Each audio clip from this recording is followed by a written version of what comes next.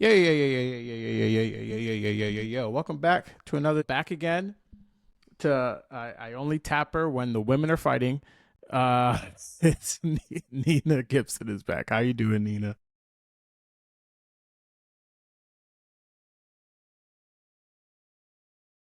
Yeah. Um. So before yeah before we get into the culture wars, um, this will be out prior to or we're recording this prior to the Eastern Conference Finals.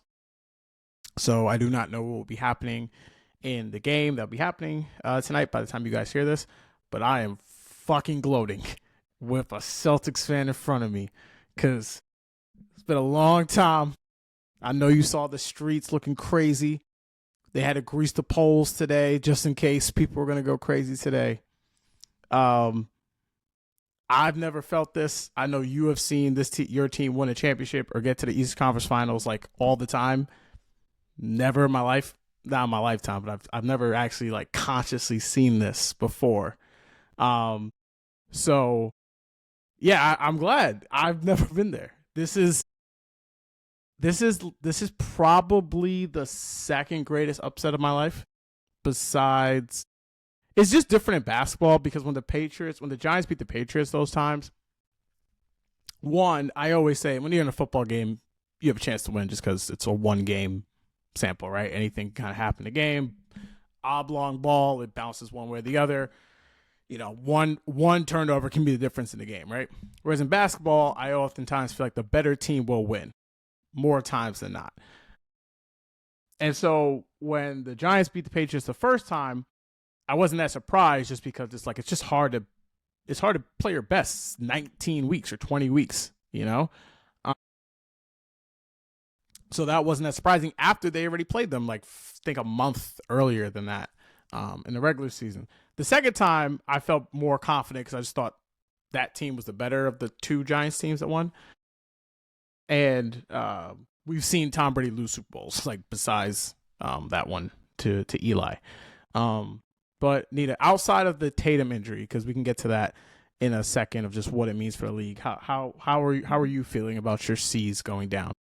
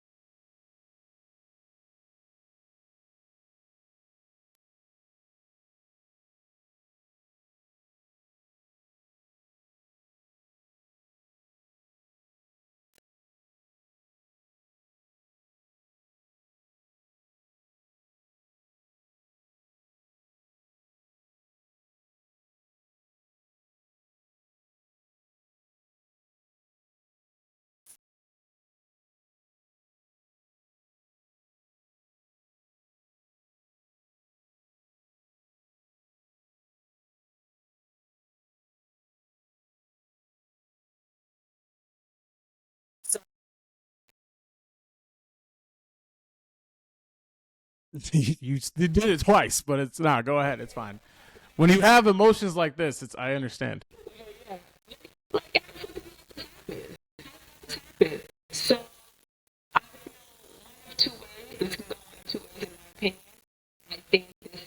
turns into a down spiral, things start, maybe this is an overreaction, but a mini rebuild of some sort if some pieces get traded. Or I'm hoping that we're able to keep a good amount of our roster. I know cap space is an issue, but if we can keep or retain a little bit of what we have now or a lot of it, I'm hoping that we really internalize this moment here and feel that pain and just know we don't want to feel this again. So this will, because knowing how to win is one thing.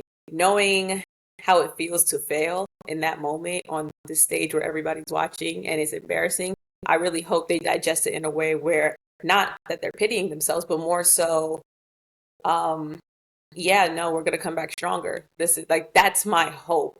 But I don't know if that's going to be how it plays out. So we'll see. And I think this will also test Tatum to see if he can really step in as his role as like being the new heartbeat and leader of this team, because you can see when he gets onto that court, the effect he has on the rest of the team. As you could also see what happens when he leaves that court, especially in that fashion.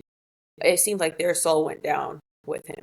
So I really do hope that he can really gather himself as an emotional leader, because I do think that's the one thing that was missing a part of his game. I think he's a very complete player, one of those face of the NBA type players, but I will say one thing that was missing from his game is just being that emotional leader, and I'm hoping that he gains this in his road to recovery. Yeah, I agreed overall that going into the series, I had the Celtics winning in 6 games.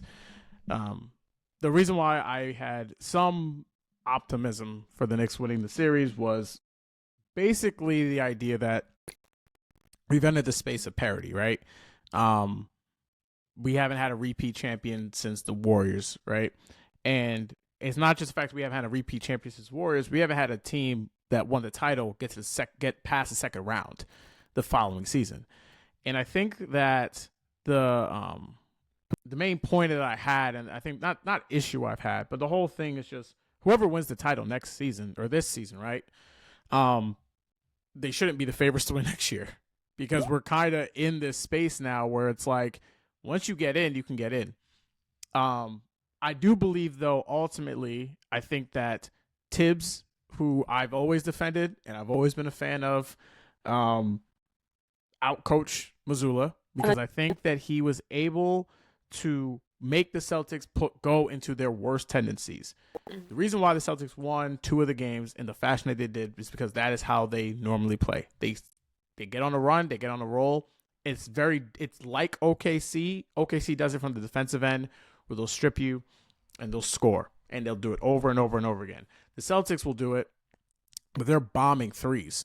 So while they might have only made 3, 4, 5 more shots than you, if all those are threes, you know, a game that could have been a 10-point game looks like you got blown out by 25 points. The reason why I think Tibbs did a good job was he forced them to play basketball where you couldn't just hunt a three. You need to get a bucket. There's a lot of times where people who never play basketball, who are just looking at a sheet of paper and go, 3s more than 2, we need to hit this shot more than this shot, and that is how it goes. But basketball has life. It has energy. It has movement. It has emotions to it. You can't approach each game the same. And when you are walking a team down, it's 20 points, but then it's 15 points, then it's 10, it's 5, and then you're losing, you're not going to be like on a wide open 3, just like, oh, this is it. There's pressure behind the shot. Like, I got to make this. And not all 3s are created equal. Not a 3-pointer in the first quarter of the game is very different than a 3-pointer in the fourth quarter of a game. So I think that he baited them into their worst tendencies, which is isolation ball late and their clutch time offense, which just this has been a thing about the Celtics for years. This isn't anything new that I'm telling you. And they that damn bait. Yeah, but I think that the Celtics are in. I think they're truly. I think a lot of people will look at the offseason as the Giannis decision or non-decision, that being the domino that falls. I think what the Celtics do is a domino that falls, because I still believe without Jason Tatum next year, I don't necessarily think they're going to run it back, right? Even if, let's say they're going to try and be competitive, I can still see them making the East Conference Finals, if not the Finals, just based on the fact of what we talked about, right? Who's to say the Pacers don't get hurt next year, the Knicks don't get hurt next year, like, and you wind up, you're up 2-0 in the Eastern Conference Finals. Like that's not a crazy idea for the Celtics to be in. And so they can go that one way, or like you said, and I think some people are surmising, is do they just blow it all up, rip it all down, and basically try to take a gap year, let Tatum come back, get healthy, and then that's the second version of the team. I'm very interested to see in what path they go. As a fan of I'm not a fan of the team. I would be worried if they kept not everybody, but kept majority of the team, made the playoffs next year, maybe lost in round 1 or round 2. Tatum comes back and try to build it up. But I think the way that, and it's odd because Tatum's not old. He'll only be, I think, 28 or 29 when he gets back. Yeah, he'll be 28. In the following season. Yeah. But it almost feels like this is kind of like that window with Giannis where they made the trade for Dame to try to like have the second version of the title team, and it just blew up in their faces. I wonder if because of the way the NBA is set up, you almost have to do this kind of like, it's not even called a rebuild, but almost this gap year of just, okay, we're going to take all of these guys, we're shelling them out, we're going to get a bunch of picks back and a lot of stuff back, let that ride for a year, and then when our best player comes back, maybe we can then turn what we have, shell it out for veteran players to try and win. I don't know which one's the best way to approach this, just because this is like, I can't remember the last time we've had this. It really was Durant. The difference with those two teams, I would say, was the team was a lot younger. It was a lot more set in because it was like, Jared Allen, Karis LeVert, those guys were on pretty cheap contracts, and it wasn't that big of a thing. And then you saw the next year that the Nets were killing it, and then they traded for James Harden, and then, like most things with the Nets, it blew up. But the point is that they're kind of, in my eye, holding all the cards to the offseason, because as bad as Kristaps played, I think someone's going to want Kristaps. Same thing with Holiday. Same thing with Derek White if he gets traded. And I don't know if you want to go extreme and trade Jaylen Brown, but like, he'll have a market as well. So I guess I'm curious to see what do you want them to do? Maybe not necessarily what they're going to do, but what would you want them to do? I want them to make sure they know what they have and they're valuing their assets. I understand that Jaylen Brown didn't play the best this series, but let's not forget he was the Finals MVP last season, and let's not become a prisoner of the moment because we're just so disappointed in the outcome. It's same with Kristaps Porzingis. I can do without him, but like, I do want to keep JB. I play like half the season. He's so injury prone. Like, I feel like you're me from 2017. I love Kristaps. He just not on the court. He's not there. You know what I mean? Like, he's like, what does he have? What, like, should we be concerned? What does he have? I don't know. They just sparked his illness, and I'm like, what's on? Someone told me he had mono, but I feel like they would have just said that. Mono lasts this long? Oh yeah, mono can last for. I've had a quick side tangent. I had a girl in my high school who I saw her. We had class together. And I think the last time I saw her was like either September or October. I didn't see that girl again until the last week of school. Mono. Yeah, mono, you can, if you get a bad case of mono, you can be out for months. Now, again, I feel like I'm not that smart just from afar to be like, he has mono. Like, they have great doctors. Yeah. I would highly doubt it's just mono, but the only thing I can think about where you're just sick, but you're like kind of still functioning around, that lasts this long. It wasn't COVID. To me, it was mono, but who knows? Yeah, I don't know. But like, if it's not one thing, it's another. So, I like, be great somewhere else. So that's just kind of how I feel. Like, I love KP, but oh, brother. But I do want to keep Jaylen Brown. I would love if we had to get rid of anybody, and this pains me to say, maybe Drew Holiday.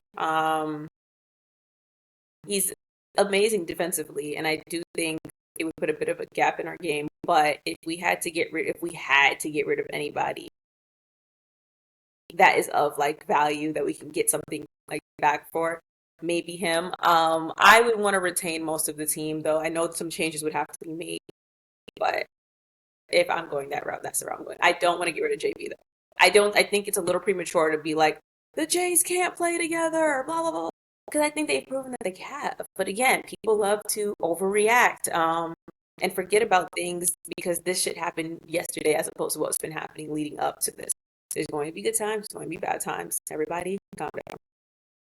Yeah, no, I agree. I think that because of the cap and we essentially do have a hard cap in the NBA. I know no one likes talking about the math of it, but the team was going to be different no matter if Tatum got hurt or if he stayed healthy, right? Like they have a crazy tax bill and they have new owners, and I don't necessarily know if they wanted to do that. I think if they did anything but win the title, which they did this year, that team was going to be different the next year just because of the business of the NBA.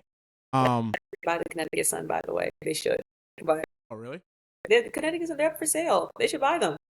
Oh yeah, just grab them too. Just buy them. Add it to the pack.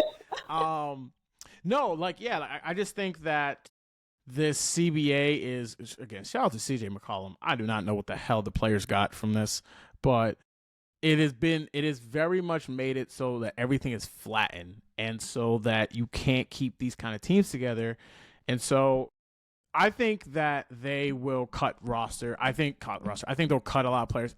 Jaylen Brown to me is the interesting one. I think that everyone else is more than likely going to be moved. Yeah. That would be I think a tough one to move, because while I am not the biggest JB fan in terms of the fact that my man does not have a left hand, I do recognize him as okay, you know what to. All right, like we don't got to play. Listen, if I can accept my king Jalen Brunson doing a little bit of the dark arts and flopping, we can all admit that my man, while Finals MVP, can't go left. Point being is, he would be the guy that I wouldn't want to trade. However, if we're really gonna reset this around Tatum, that he's gonna get you the most stuff back. Someone's gonna want that guy on their team. Yeah. So that to me is the interesting guy that could be on the market if he does get traded or not. Logistically, it makes sense. I'm just talking to you from my heart. Oh no, I agree. Listen, I get it too. Like, there have been moments where I have been like, Karl-Anthony Towns can stay here for the rest of his life, and there have been other times where I'll be like, tell him and Jordan Woods to get the fuck up out of here. Listen, Big Per's been cooking. Again, I'm not calling a grown ass man Big Purr, bro. It is either Big Bodega. Cat's already a nickname. Like, we have already given him a nickname. I will go with Bodega Cat. I cannot call a grown ass man Big Purr. He has. Listen, you not telling who you telling. Listen, as a guy who was not thrilled with a man who has 2 voice changes, and I love the highlights of, oh my god, like, that's our foul. Like, it has like but Nina, I heard the voice change like in like literally live when he was doing the thing. I was like, he's doing it in real time. A voice change. Like, again, shout out to the Zesty God. But man, listen, like I said, okay, again, you know what? I'm embracing it because this man might win this team a championship. So I'm willing to let a lot of stuff slide that I wouldn't let slide.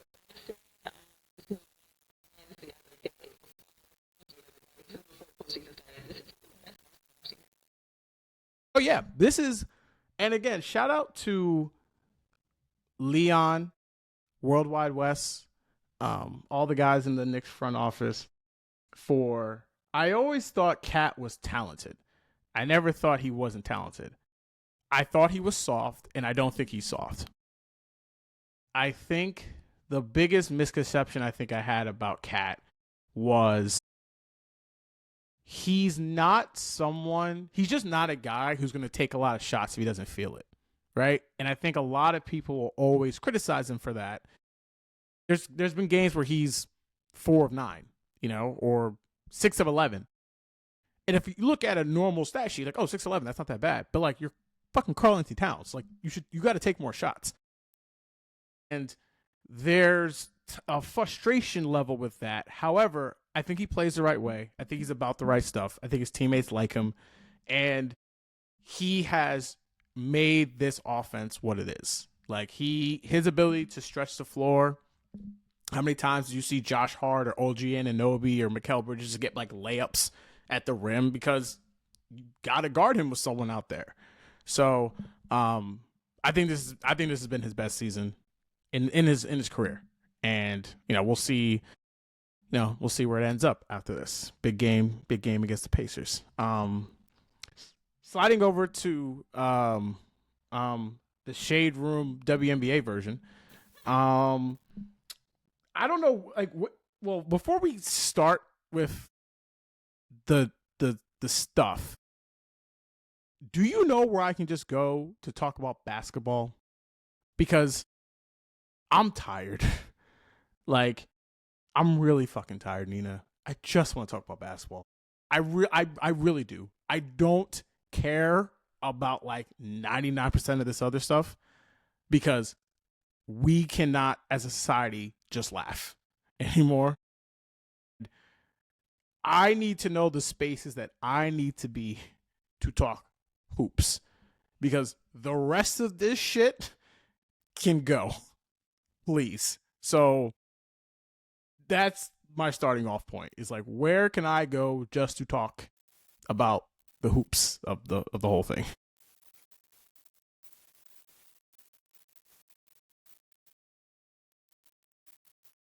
Because he knows he's trying to find the space to talk about basketball too. Yeah.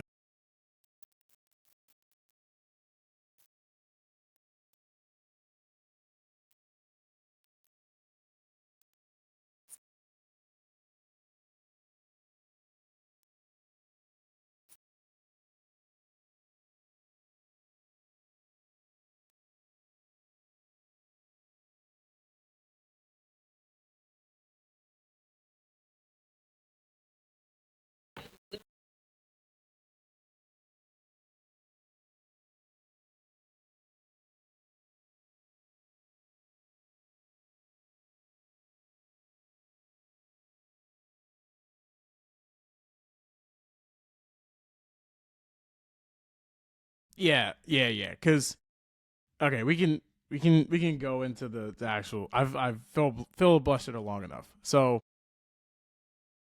I'll simply just tell you my takes on these situations, and then I would love to hear for your response.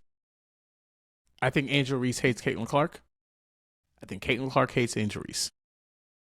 I don't care. I've never seen when did we need our basketball players to like each other? These are coming from the same people who watch Michael Jordan and Isaiah Thomas. Those guys hate each other right now. Like, they hate each other. They're in their 60s and they hate each other. Chet Holmgren and Victor Oladipo, not Victor Oladipo, Victor Wembanyama openly hate each other. Well known. I love it. You get Victor a squad, I'm ready to see those games. It's cool. I don't care when did this. I don't understand why this has to be. Everyone's got to be besties on the court. We trying to win. So I think it was a foul. I don't think it was a flagrant foul, but whatever. It's not that big of a deal. And I'm just trying to understand, like, why exactly. I know why we're using this. Like, white people are using Caitlin Clark as an avatar to hate black women. Like, that's kind of the point of all this. But I would also say on the other side, for the Angel Reese side of this, is that Angel Reese got to be better at basketball. Like, and I'm not saying like what she's doing in her off season or any of that stuff. That stuff I don't care about. You can't just be a great rebounder and then want the respect of a woman who looks like she's this version of Steph Curry. Like, that's just, one's just more exciting than the other. And one's team, there's a lot of Vegas projections. I mean, it's super early in the season. I know they had a bad loss against the Dream at home, but a lot of people think they have a chance to like get to the finals or get to the, conference finals or, get far in the playoffs versus where the Sky, I think the expectation for them should be to make the playoffs, but we'll see if that comes around. And my concern level of this is the fact that it's not just the fact that like they are obviously these made rivals. They've been playing each other for a long time, and they play in cities that are right next to each other. I mean, Chicago and Indiana are a stone throws away, and the fact that like you would think that like the what's happening in Indiana is like they're backing Caitlin Clark for that because that's their girl, or whatever. Like Chicago's Big Ten country, like that's where Caitlin Clark in Iowa, like that's her space too. You know, whereas I know Angel Reese played at Maryland, to transfer to LSU, but I would assume they have plenty of fans of Caitlin Clark in Chicago as well. She's a I won't say international star, but she's a national star. And so I think this rivalry can be a real, legitimate on the court rivalry besides the noise. But I'm curious to see how you feel about my idea of, I think Angel Reese needs to come to the party as well, you know, because one girl's dropping triple doubles, and like, again, rebounds are important. They're not the main thing of the sport.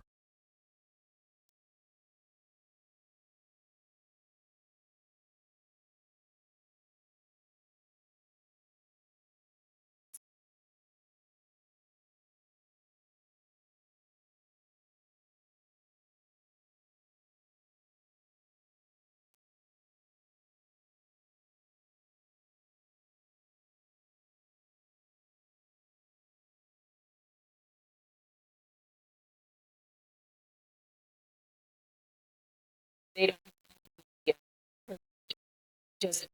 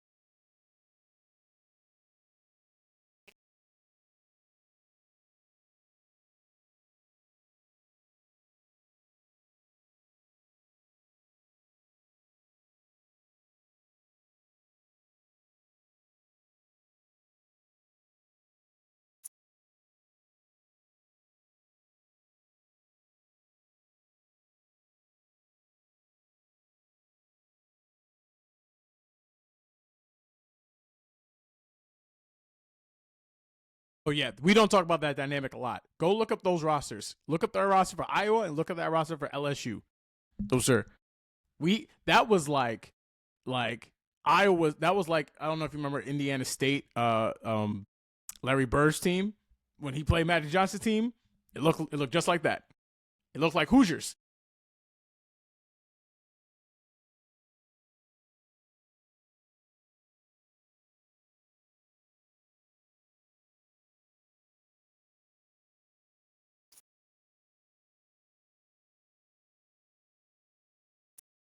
like together, two blah, blah, blah, blah. That's how they like to look at injuries and whatnot. So we can't pretend like they don't like people are rooting against her. Um, and people love to minimize her role in this story. Whether you think that she's the hero or the villain, she played a role and definitely contributed to that popularity that Caitlin Clark has now. Now, the other side of it too is I don't think it's a rivalry. Caitlin Clark is objectively the better player. She just broke a record the other day, like not even like second year player or a rookie record or anything of that sort. I think like the most 20 and 10 games in WNBA history, and this is her second year in the league. So I think that just goes to show the type of player that she is and the type of player that she will be. Because to me, she's like the second coming of Sue Bird, and I think she will probably surpass Sue Bird. As Sue Bird is wanting to go to the game. So, I don't think it's a secret that Caitlin Clark is like that. I don't think it's a secret that Caitlin Clark plays better ball than Angel Reese. And I don't think it's a secret that she's able to command the court and really just like her IQ is just at a different level than Angel. Like Angel Reese could never, let me not say could never, but at this point in time, she's not on that level. She doesn't have that impact on her team. And then also the Indiana Fever, you got to give them kudos. They did an amazing job their offseason making sure they're surrounding Caitlin Clark with the pieces to, at the very least, be competitive, let alone potentially win a championship. I think that's a bit premature, but they're going to be competitive nonetheless, especially adding Duana Bonner and like that veteran presence. They're good. And unfortunately, this Caitlin Clark Angel Reese rivalry is not doing much for the game, in all honesty. It's doing great for them personally. I'm sure, like, money about to be rolling. But also is placing this team that's in the midst of a rebuild versus this other team who's competitive against some of the big dogs in the league right now. So now we're having on primetime television a blowout every single time. Who the hell wants to watch that? And if anything, the numbers are just going to dip. Then all this progress we had is just gonna like go away. Well, here's the thing, and I don't know exactly why. I don't know if it's their names. I'm assuming it's their names versus the actual interaction between these two, but they just came out with a report that was the highest WNBA game they've had this century. Really? That game? Between those two. Yep, that game between those two was the highest rated WNBA game on ESPN since 2000. But I do feel like I really do feel like if we continue this trend, that's just not going to be the outcome. Unless you're going to continue to surround it with this drama, they're going to want to tune in for the sake of that in the storyline. But let's say they're not that attached, and we're just going to keep tuning in for a blowout. Over time, I don't know if it can sustain that type of output numbers. Here's also my point, right? I think people are now too obsessed with ratings versus enjoyment. How good something is. This is the conversation that they were having with Sinners, right? Well, it's a good movie, but it's not. It's really not profitable, right? And somehow profitability all of a sudden became like the main thing of whether or not a movie's good. This is like the whole thing of like every time you try to argue is Jay-Z the greatest rapper of all time, he's like, well, he's a great businessman. So the fuck that got to do with your boss? It's like you using stuff that ain't really a part of the metric system. And so while the ratings will be good, and I would say in large part is because Caitlin Clark's playing, of course, and it's this rivalry. But as you would say, right, it's like people aren't going to tune in necessarily for blowouts, and also this has to be exhausting. Like they're opening up an investigation if apparently there was like a racial epithet said during the game, and I'm not saying one wasn't, or one was, but you're playing in Indiana. I repeat, Indiana. They started the Klan out there. So, like, yeah, I think for sure, right? But the WNBA, again, is such a special league for so many reasons. It's an advocacy league. It's one of those leagues that was screaming Black Lives Matter from the mountaintops. They will scream for your right. They're not your typical league. So I don't think there's a place for that anywhere, but I think the WNBA especially. And I do believe this was maybe the straw that broke the camel's back, whether they're doing it for optics or whether they're doing it because they genuinely care. I don't think they do. But but for optics' sake, because it does happen often. And it seems as though there are certain players that are more targeted than others based on their history with Caitlin Clark. I mean, Angel Reese is not alone. DJ Carrington is another regular. So amongst other ones, like I love her down. She's on Dallas now, right? She is on Dallas.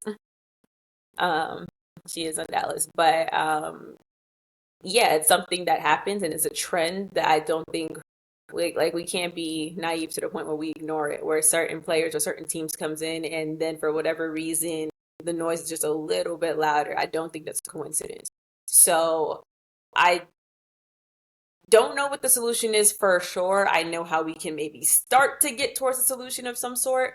But yeah, I think it's a double-edged sword. I think on one end you come in and you have to, in any arena, you have to be prepared for crazy fans. Like I know in the Garden, Trae Young got spat on. So I mean, it's nasty out here. Fans can be nasty, and fans take it too far on a very regular basis. But at the same time, if you see that someone is potentially getting targeted, or the same thing just keeps happening over and over again, where you're like, okay, this cannot be a coincidence, that is also a problem. So yeah, I think it's a double-edged sword where you be prepared for the crazy fans, but then there's also, something that's like a little above that. So I don't know what's going to come about of this investigation. I don't know how they're going to solve anything that they find, if they find anything. Um, and again, I don't even know if that's necessarily the route that will spark a solution of some sort. I think if Caitlin Clark comes out and says something like, hey, don't use my name to say that. And I mean, and be explicit about it, just be very explicit about it.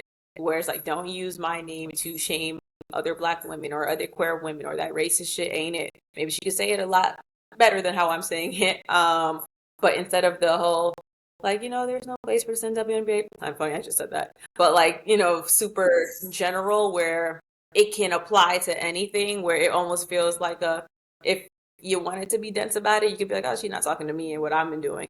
Like, don't say that. Like, I think that is how it works. Like, you have to be super explicit about it. And then, like, to everyone who's kind of like, well, why can't she just play ball? Da, da, da, da.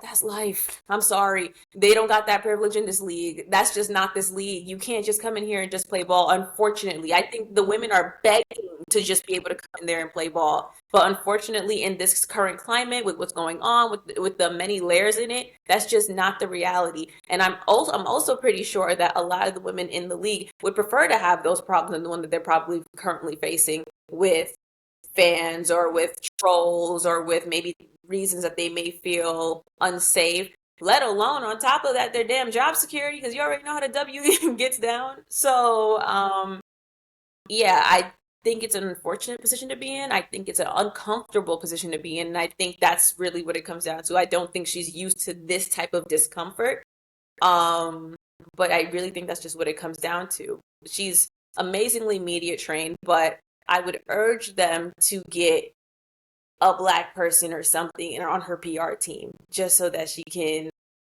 fully get in there, not even just with Black fans, but with her Black counterparts. They're your coworkers. But I think what you can see, and this is kind of part of the reasons why one is hyped up in one way, and another, Paige Beckers, is not. And you can kind of tell, and I'll give credit to Bomani Jones for saying this, because this is honestly the first place I heard this. You can tell that she probably wasn't raised around a lot of Black people. That's not a dig to her. You can't control where you live, right? You're a kid. But this is probably, I would say, maybe the first time in her life where she's really had to interact with people who didn't look like her. Mm-hmm. And that happens to plenty of people, right? On both sides, right? I know people who ain't said hi to a white person who wasn't an officer their entire lives. Yep. And so that mix, I think, is going to be more delicate. I guess I have a slight more grace for her just because she's very young. And I think that the pressure of her to kind of stay in this middle zone is tough. However, to your point, as heavy is the head that wears the crown. And if you're going to be the face of this league, which is coming, if it isn't here yet, it's coming. Yeah. You're going to have to know how to deal with this. To me, I don't necessarily think it's talking to, it could be a Black person, a Black woman. Doesn't matter. That's not my point. I think you need to talk to like LeBron or like Patrick Mahomes. Those guys are still the faces of their leagues, and how they navigated the pitfalls and the things like that. Whether you like either one of those guys, there's no way you can say that those guys were not beneficial for their leagues and wore the crown of best player in their leagues well, and navigated those spaces to a certain degree. I kind of want to shift over this to somewhat outside of sports with a bit of what happened between RG3 and Ryan Clark. This is the part of the pod where you say this is where men ruin everything, and I agree. Um, I didn't I didn't listen to what RG3 said because Much. I was just like, what's going on? I missed And much. then it then went to this point where like Ryan Clark then whether or not he agrees or not, he took a shot at him for marrying a white woman. Like, um, and I think the conversation that I think I'm having or trying to have is that we have somewhat lost the plot in all of this, in the sense that I think what RG3 said was wrong. Clearly, didn't know the fuck he was talking about. And like I said before, whether or not we want to say that they hate each other or not, there seems to be tension between them. There is, but see, the issue with that is that he explicitly was all like, Andrew Reese hates Caitlin Clark. Exactly. Like, you know what I'm saying? At least like some people are kind of like they hate each other or da da da da. And the thing is, he's not. This isn't a one-off event. He is regularly like doing stuff like this. But go ahead. Doing the capping, yes, I know. It's Mm-hmm. I've seen the picture of the black Superman with the white woman just Milkman. flying in the sky. You know what he called himself? The milk. Oh, Jesus Christ! He's just making the block hot. Anyway, I disagree with Ryan in the sense that Ryan's point was he can't fully understand the plight of a black woman because of his wife. I understand what he is saying overall. However, I don't necessarily think that you have to have that level of involvement to understand a basic level of respect. Like, this Angel Reese is clearly being demonized by people.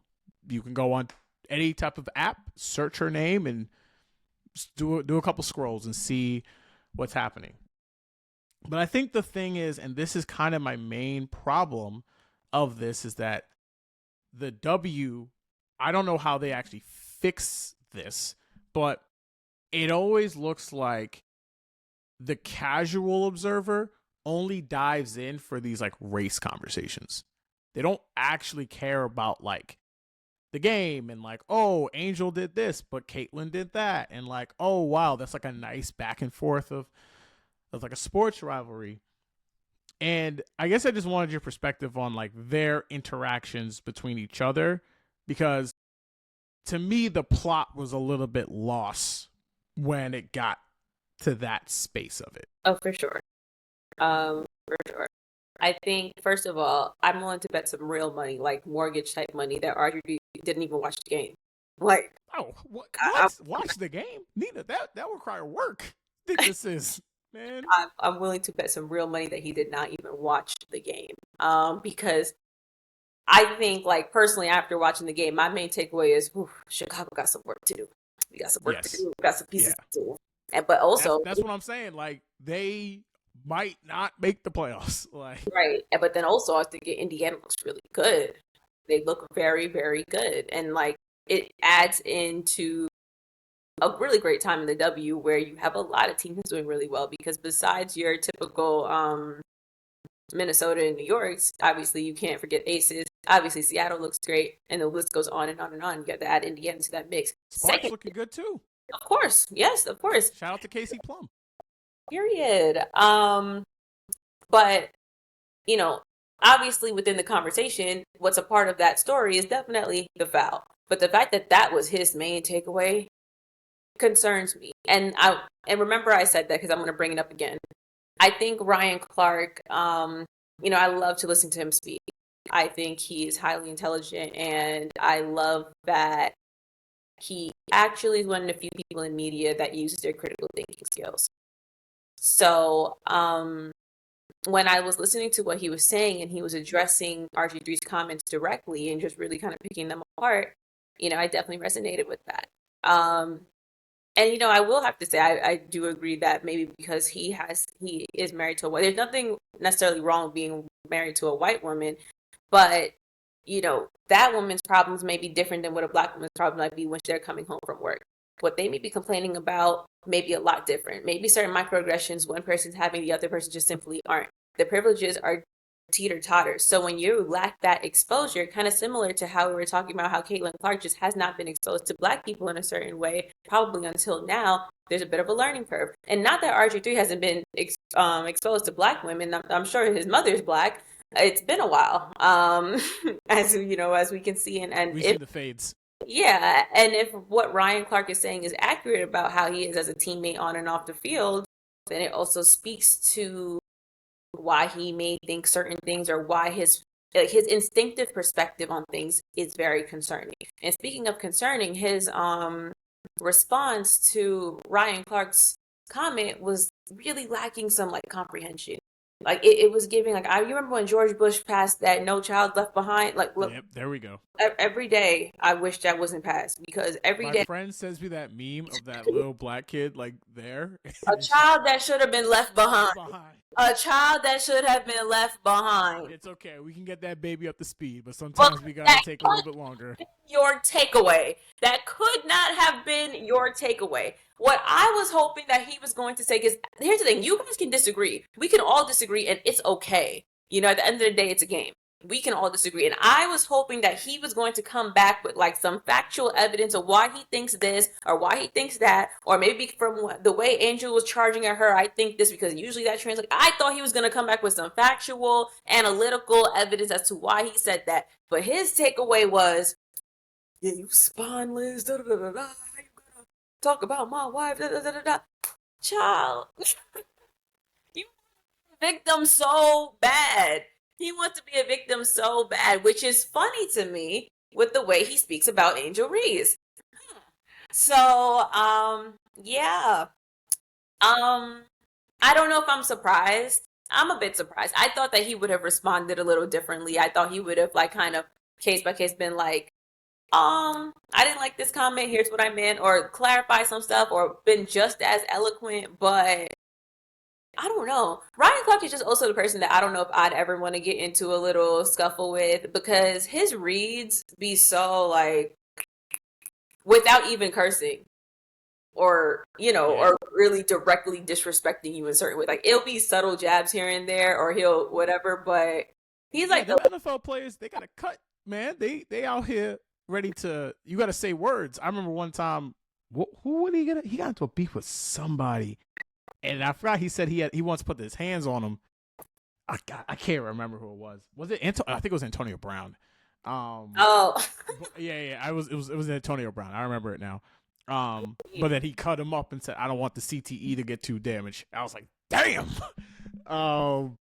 But the point is like, yeah, I think ultimately this rivalry or whatever has it be is simply tell you one thing, it's exposing people, I'll tell you that much. Yeah. I mean, that was obvious. We already know how that thing is gonna be. And like I think the what the W got in its money and its newfound attention and its like place in our cultural zeitgeist. What's up, homie? Making his debut. In our cultural zeitgeist is all the bullshit that comes with just regular sports fandom.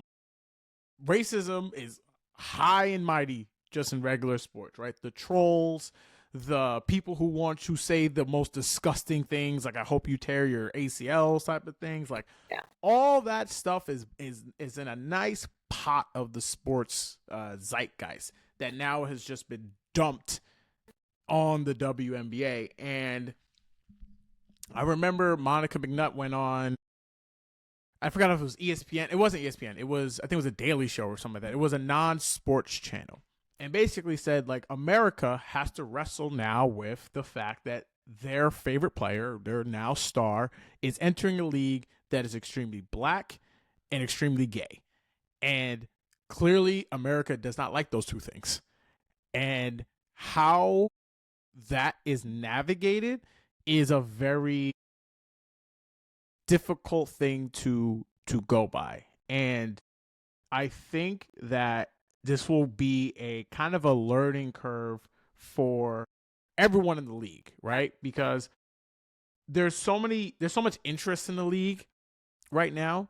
And I mean, we just talked about, I think the last time we spoke, we were talking about Unrival, of how great that was and how exceptional the games were. And I love the 3-on-3 and the knockout rounds and Naisha Collier's like right now, I think she's second to Angel Reese for MVP odds. And she's having a great start to the year. I don't want to necessarily talk about the games because we're 2-3 games in, so that's super early. But I talk about the opener game when they bust up the aces on ring night. But go ahead. I mean, listen. That's light work. Let me not say that because then Asia comes back and starts putting in work. In the new A1s. How those are fire too. I really want to get. I haven't bought like a basketball sneaker in a long time.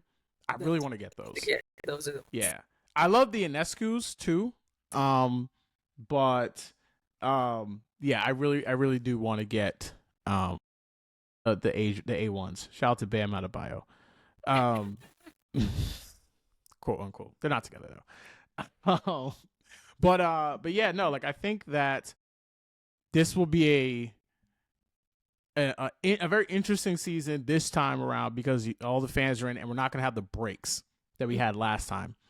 And we'll see how this goes because the Fever looked good, the Liberty looked good, but again, it's so early in the year. You don't know who's going to get hurt, who's going to stay hot, what trades happen. Like all this stuff is still a little fluid, but I am definitely looking forward to once this passes to talking about actual basketball. When this passes, something else will happen. So I mean, you saying that like we got clear waters ahead.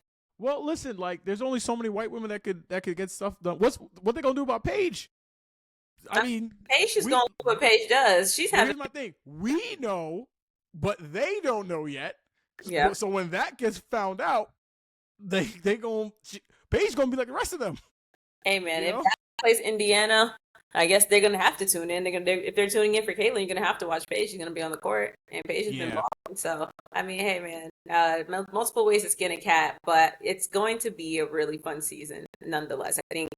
I know this is kind of umbrellaing over what's going on, but it's gonna be a good season. I think again, double-edged sword where this shit does need to stop, but also like WNBA, you can't police every bad comment, every hurt feeling. It's impossible, and it doesn't happen in any sport. And I think this downpour of hate, kind of just to echo what you're saying, kind of came out of nowhere. Usually in sports, it gradually goes up there, and you're able to keep up with the pace of maybe the sports fandom that we all know and love that's like kind of in hell. But it just kind of came all at once in a league that I think was once upon a time these athletes' safe spaces. So it's very unfamiliar right now. I think it's a lot of adjusting on everybody's end right now. So I do hope that it does get better. But I know for a fact, and again, I'm willing to bet some mortgage type money that they're gonna ball nonetheless. Yeah. And I'm glad we got through that whole conversation without talking about Caitlin Clark's teammate and why she might have gotten traded. But that is Nia Gibson. Listen, I don't know why she got traded. Just things happen. Maybe. Who knows what's going on? Like, I really think Chicago should have stayed with Kennedy Carter, but I understand behavior issues. But she one of the most complete guards in the league, if you ask me. But I mean, that's neither here nor there, and I don't want to stay here for another hour. So, we're good. We're good. Bring it back. See, Nita's actually talking about ball. I'm out here just playing messy about what happens when you might start having sex with your boss and how you have to transfer jobs. Yeah, that's not good. 0 for 10. Don't recommend. That's the easiest way to do your job. It doesn't matter how good you are. We've all seen it. Look at Ime. I mean, Ime's up. Shout out to Nina Long for saying, "Let's go Knicks." That was fire. Yeah. I was dying. Yeah. That was so funny. I don't think she tweeted in like a year. I saw that, and I was like, okay, period. I'm like, it's a Nia thing, for real. I would do the same thing if I was her. You know why it was perfect? It's great. It's great plausible deniability. She's from New York. Like, oh yeah, go New York. It was all dripped up in green in 2021. I think she posted a picture on Instagram. Dripped. That don't matter. That in the past, man. That don't matter. You could. I'm just saying, it's funny. I like who you want, Nina. Rep who you. I love it. Oh man! Shout out to the Knicks. Shout out to you, Nina. That is the Men Who Cry podcast. Thank you guys again for listening. Make sure you guys like, subscribe, and review. And I'll see you guys again next week. We out.